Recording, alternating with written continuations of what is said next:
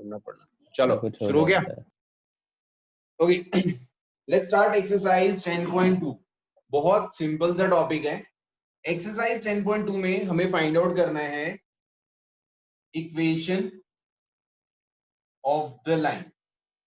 ठीक है, तो equation of the line find out करने के लिए हमारे पास इन टोटल 4 कंडीशंस है।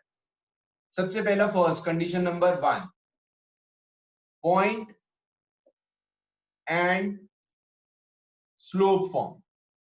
पॉइंट एंड स्लोप फॉर्म हम क्यों कह रहे हैं इसको? इक्वेशन निकालने के लिए सपोज एक लाइन है हमारे पास जिसकी हमें इक्वेशन निकालनी है, तो हमें दो चीजें रिक्वायर्ड है। एक इसका पॉइंट जिस पॉइंट से पास करेगा, और दूसरा इसका slope m। Equation of the line हो जाएगी y minus y1 equals to m into x minus x1, अगर p पॉइंट हमारा है x1 कॉमा y1। ठीक है, so equation of the line निकालने का बहुत सिंपल सा तरीका है। हमें बस क्या चाहिए, एक पॉइंट चाहिए और स्लोप चाहिए। तो फॉर्मूला क्या हो जाएगा, y minus y1 equals to m into x minus x1। अगर आप ध्यान से देखो तो कोई नई चीज नहीं है ये। हमने जो पिछली क्लास में स्लोप निकालना सीखा था वो m क्या था, y2 minus y1 upon x2 minus x1। तो बेसिकली इसी को क्रॉस मल्टीप्लाई करके ये बना दिया। तो फॉर्मूला बन गया y minus y1 equals to slope into x minus x1, where x1 and y1 ये है हमारे पॉइंट्स ऑफ द लाइन जिससे लाइन हमारी पास कर रही है, और m है slope of the line. Example देखते हैं। सपोज एग्जांपल है, find the equation of the line which is passing through 1,2 and having slope 1/3। Equation क्या हो जाएगी, y minus 2 equals to 1/3 into x minus 1, 3y minus 6 equals to x minus 1. So final answer is minus x plus 3y minus 5 equals to 0. Simple है। Example number 2 कहता है suppose find the equation of the line which is passing through a point 2, minus 3 and making an angle 45 degree with the x-axis. 45 degree with x-axis in the positive direction. ठीक है, तो पहले आप slope निकालोगे, m equals to क्या हो जाएगा, tan 45।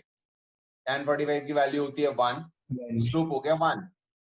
Point हमारे पास गिवन है, तो आंसर हो जाएगा y plus 3 into 1 into x minus 2 and simplify. Clear है?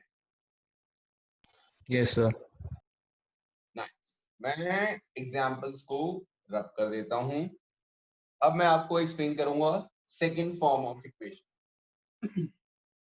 सेकंड में है हमारा 2 पॉइंट फॉर्म। अब सिंपल है, 2 पॉइंट फॉर्म क्या है, when a line is passes through two given points x1 y1 x2 y2। Formula अगर पूछो तो ये हो जाएगा y minus y1 equals to y2 minus y1 upon x2 minus x1 into x minus x1। अब इसको भी ध्यान से देखो तो ये भी कुछ नया नहीं है।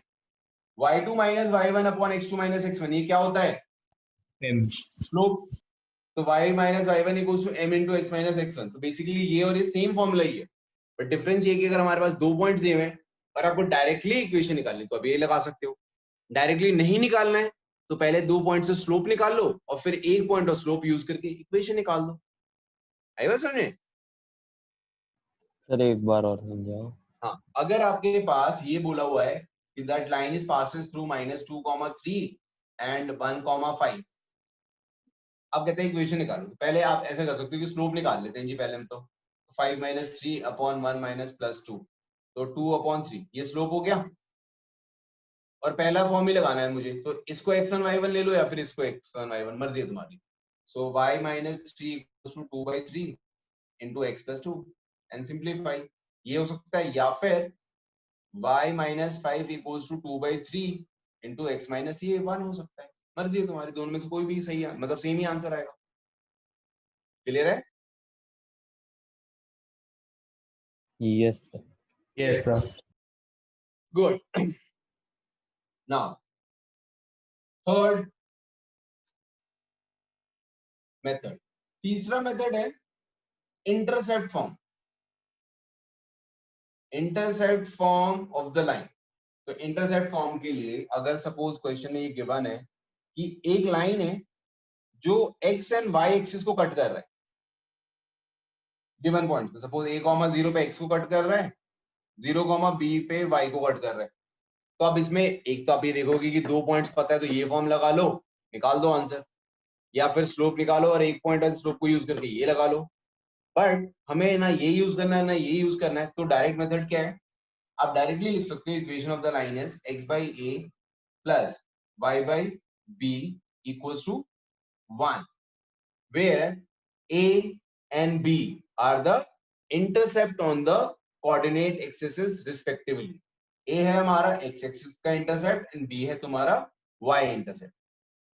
सपोज अगर क्वेश्चन में बोला है कि line is passes through first quadrant and intersect x at 2,0 and at 0,3 पे y को कट करो, तो equation of the line direct लिखना चाहते हो तो x by 2 plus y by 3 equals to 1, ये आप डायरेक्ट लिख सकते हो।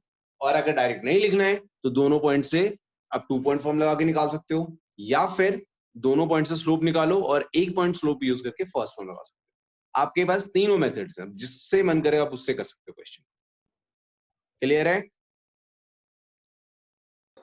Yes, sir. Very good.